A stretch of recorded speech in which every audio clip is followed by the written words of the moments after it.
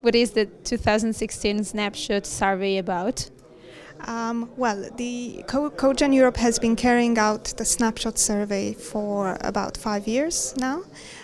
In 2016, we've actually extended the number of questions, and they refer to the national CHP market trends, as well as policy developments. And then we are also asking about the outlook for the CHP sector at the national level in the next 5 years.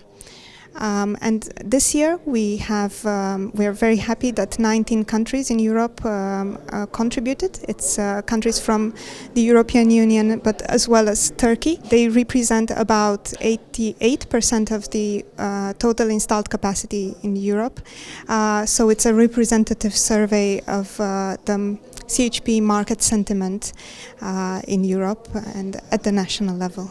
What are the results of this survey? Well, we are asking different types of questions, and first of all we ask about the past developments in terms of installed capacity and generated electricity from CHP, and we see that installed capacity has been stable over the past 5 years. However, across Europe we see a slight decline in generated electricity and heat from CHP. This is due, of course, to the market conditions. In the past, spark spreads have been quite low, and now they're just improving and catching up. It's also the economic crisis that has affected industrial output and thus energy demand. But it's also an unstable policy. So most of the countries in the survey are reporting that instability of policy is creating a lot of investor uncertainty for CHP. And that's an important message of the survey.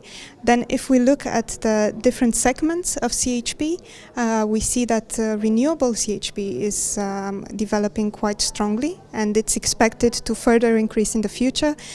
This is, of course, supported by policy in different member states with support schemes like feed-in tariffs and feed-in premiums for renewables that are also extended to renewable CHP. The other growing segment is actually commercial CHP, so small-scale CHP, and it is growing in a number of countries, including the UK, Turkey, Slovenia, Germany as well. This is because business or small businesses are actually trying to hedge against the increasing on-site electricity prices or retail prices. So while the wholesale electricity prices have been decreasing, and this has impacted CHP in a negative way. When it comes to small-scale CHP that is installed in businesses, so that is on-site CHP, it is the retail electricity prices that are helping the market for these technologies. Then, in terms of policy, we see that CHP growth is actually positively correlated with a stable, coherent policy framework. So in those countries where we have political support for CHP, like in Germany where you have a CHP target and you have a CHP dedicated law, then we also see growth. It's because investors have the certainty to really be confident in the CHP market. However, there are some countries where policy instability has created a bit of insecurity. So if this doesn't get solved, then there will be a decline in the next 5 years for countries like, for instance, the Netherlands, as well as Spain, where the policy was really a barrier to further CHP development. In terms of the outlook for the next 5 years, the experts that responded to the survey are quite optimistic. They see moderate growth in most of the countries happening.